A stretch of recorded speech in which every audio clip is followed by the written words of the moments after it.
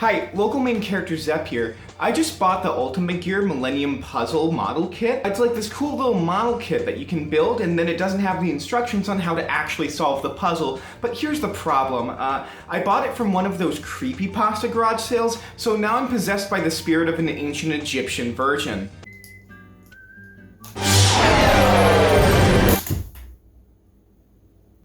Hey, did you know that Pac-Man was originally called Puck-Man? I mean, it's not the worst thing ever. It has its perks, but also sometimes I just get overwhelmed by an ancient magic and say some questionable things about women, which I don't know is because of the ancient values that they had in Egypt not matching with our own, or the absolute no pussy the spirit god. I would much rather be possessed by an ancient Egyptian bondage twink, like in Yu-Gi-Oh proper, but unfortunately there's not enough gay pharaohs to go around, I guess. Speaking of bondage twinks, did you notice that like Yugi and Dark Yugi are really just kind of incidental to what happens in Yu-Gi-Oh? I mean, they're the protagonists, though of course like things happen to them. That's usually what happens to protagonists. But the person who does the most to instigate the most events in Yu-Gi-Oh!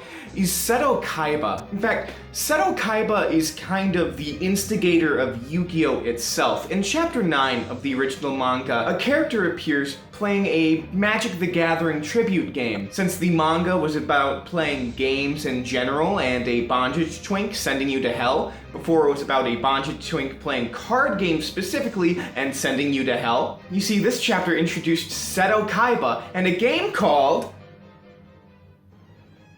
Magic and Wizards. They hadn't actually decided on duel monsters yet. They went back and changed it, but yeah. It was very clearly a Magic the Gathering tribute game because it has the Magic the Gathering card back, almost. And you can tell it's supposed to be the Magic the Gathering card back because Duel Masters, which was originally about Magic the Gathering before they had their own card game, uses almost an identical card back. So, yeah. I was actually scripting a review for the original 59 chapters of Yu-Gi-Oh! Before it started centering on the card game exclusively, and during that, I just kind of realized how crazy Seto Kaiba is. I mean, of course, if you've seen the Duel Monsters anime, you know, he's a bit wacky. He has, you know, some jets. He makes multiple Kaiba lands.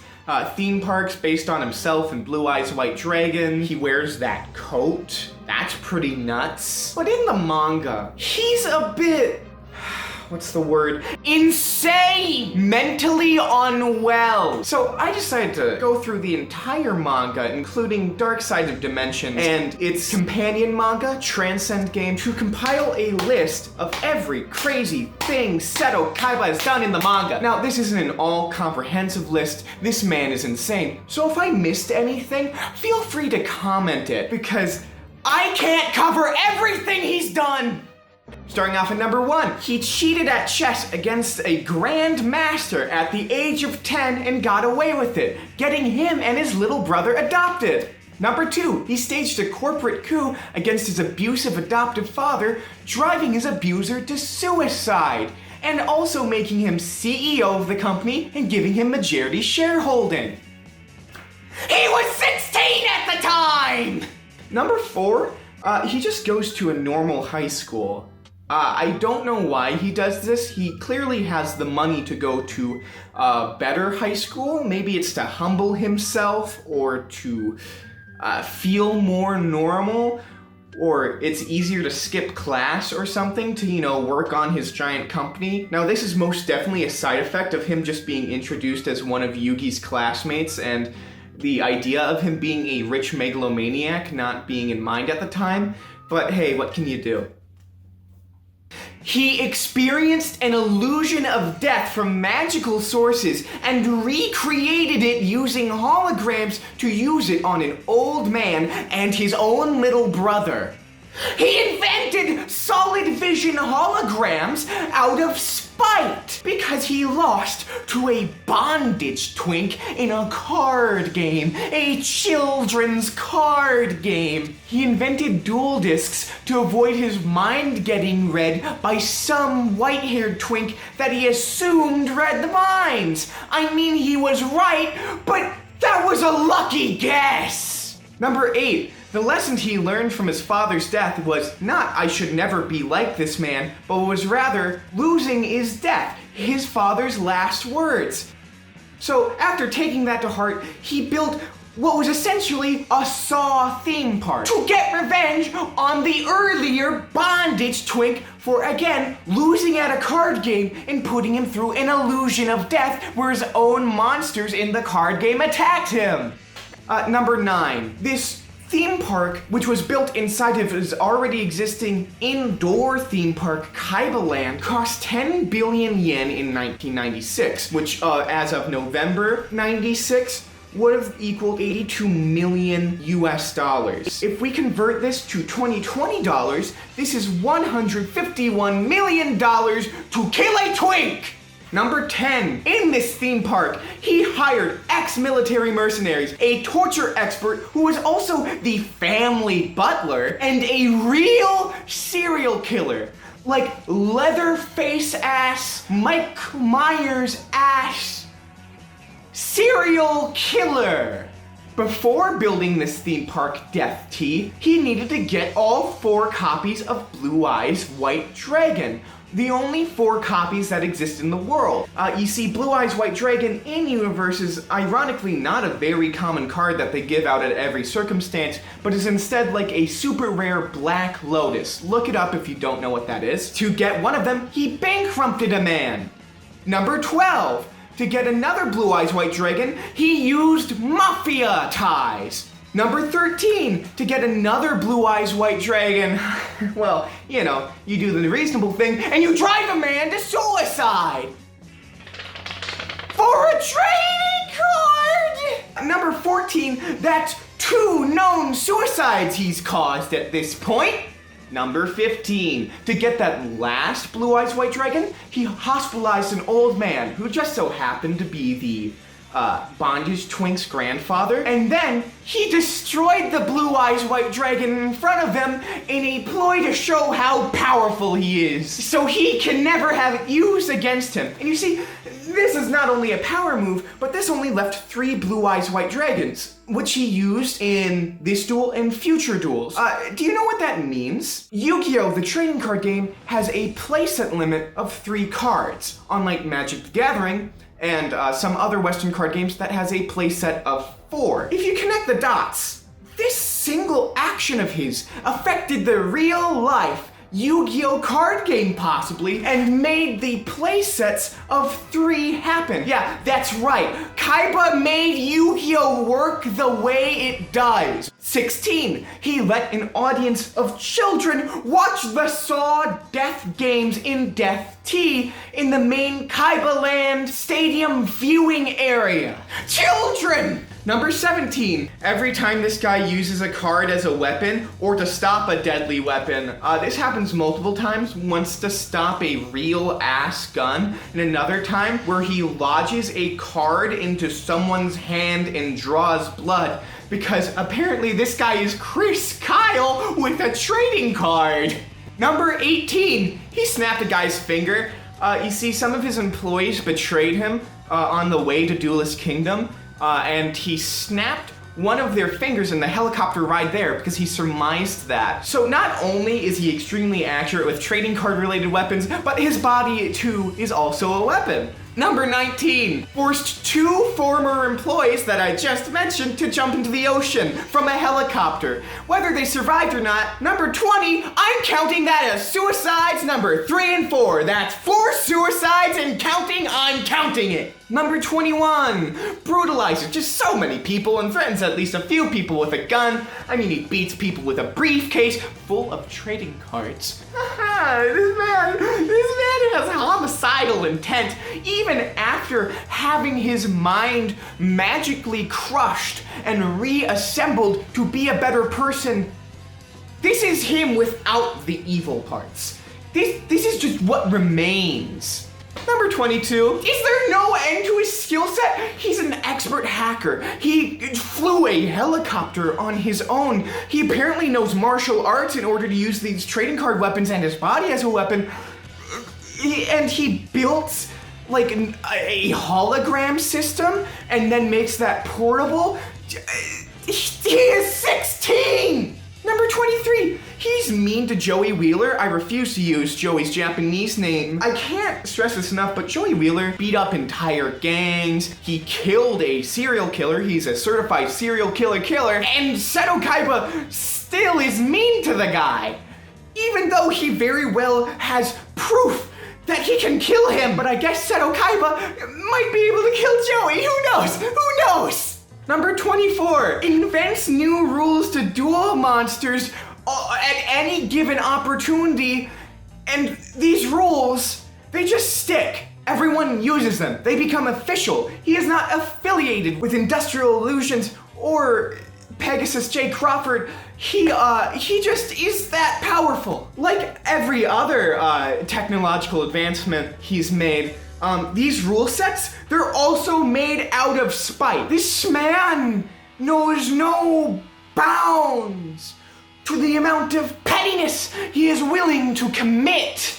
Number 26. By the way, if Yugi doesn't let me win this duel, I'm going to commit suicide. I hate losing. Yeah, in order to get to the finals of Duelist Kingdom and challenge Pegasus to a match to get his kidnapped brother back, which he also has hallucinations about, he threatens to jump off the side of a building if he loses Yugi Muto. And he assures that if Yugi were threatening suicide, he would carry out and win the game.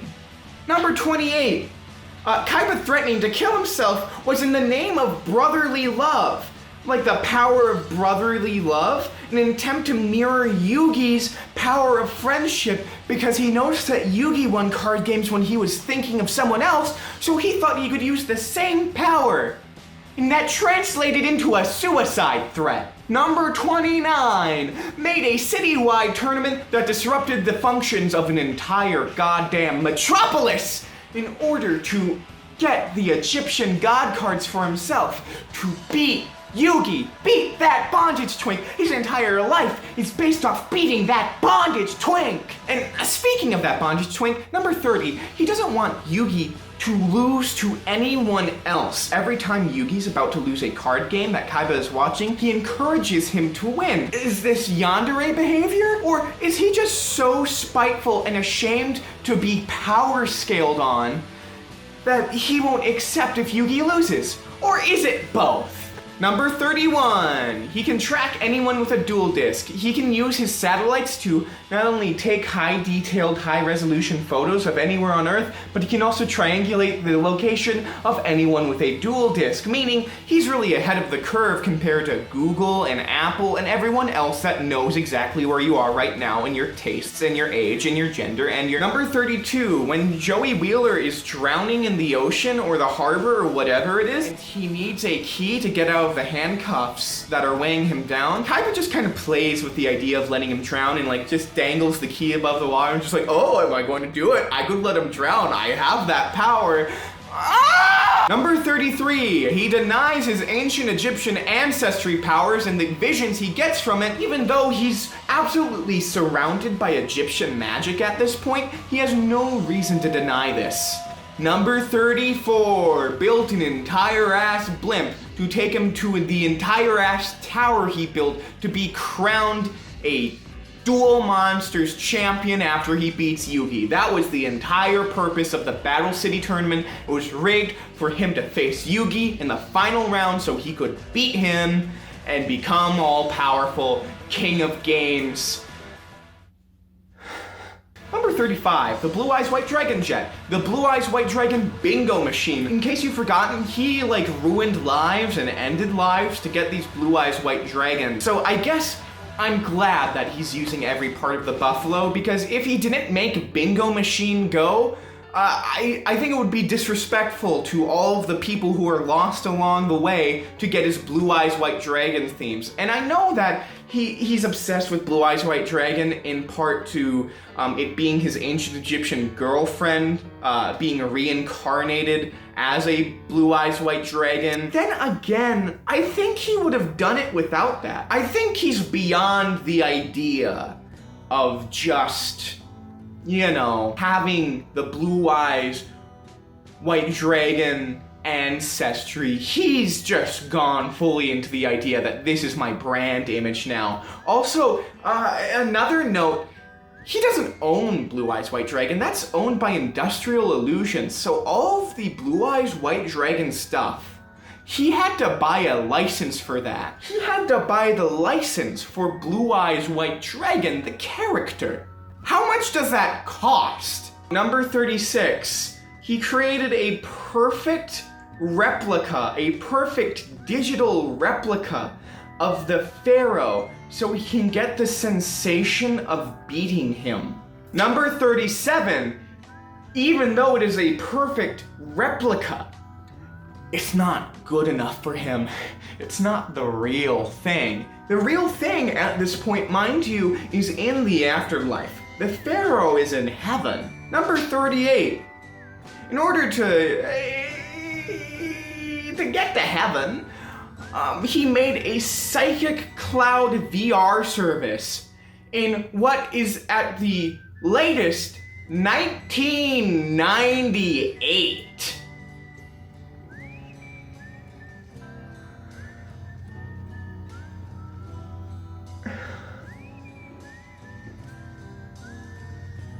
In 1998, they hadn't even invented Beyblades yet.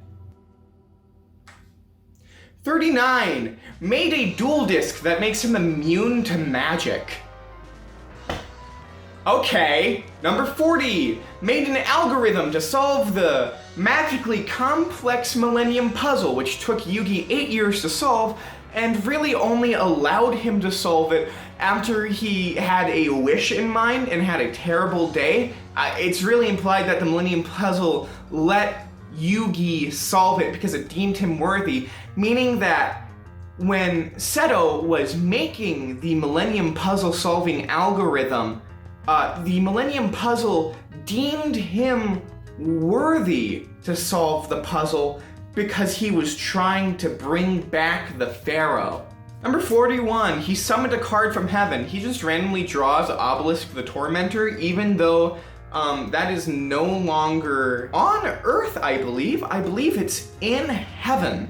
Number 42, bring him back, Yugi. This is a line that he says to Yugi after he loses in a tag duel with him, and gets like absorbed into like a quantum cube or what the hell ever. And he turns to Yugi and says, bring him back, Yugi, talking about the pharaoh. He's telling Yugi to bring Atem back from the afterlife as his possibly final wish. That's so gay. Number 43. This means he finally admits his love for Atem after so much violence, bloodshed, mental trauma to so many children, Egyptian magic almost destroying the world. Men will literally play card games to use ancient magics before going to therapy. He invented a portal to heaven!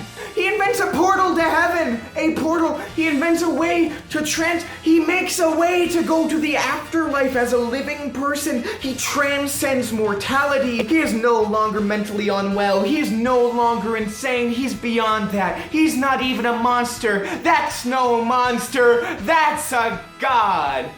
He invented a portal to heaven to see his bondage twink boyfriend. Ah! Number 45. Now this technically doesn't fall within the exact canonicity of the manga, but since the manga for Yu-Gi-Oh! GX keeps the Slifer Red, Raw Yellow, Obelisk Blue ranking system for the students, and that is so tied to Kaiba's personal characterization, I'm going to assume that it is also canon that Seto Kaiba runs the Dual Academia in the manga to some extent. So I'll discard all the things he does in the GX anime, like send a children's trading card drawings into space, to focus on him buying and running a school for card games! A school for card games! A card game school! Card game, community college, card game, professional college. You see, high school in Japan is compulsory. meaning that they can just go to card game high school to become professional card game players, professional duelists. Seto Kaiba has a professional card game school, and at this card game school, the ranking system works on his own spite, because at the lowest rating, there's Slifer Red, or Cyrus Red if you're fucking weeaboo, Raw Yellow, and Obelisk Blue. Slifer is the god card that Yugi Muto owns, and it's the lowest rank. Ra is the most powerful god card, but somehow it's in the middle, so meaning that the top god card slot, the Obelisk Blue, matches his own god card, the own god card that he had. I cannot describe how much owning the god cards for like less than a week changed his entire life. This has taken over his entire life. Seto Kaiba is the most petty man. No, not a man. He invented a portal to heaven. He's beyond mortality. The pettiest god I think have ever existed. And may I remind you, this is Yu-Gi-Oh! Every god is petty because they involve themselves in children's trading card games.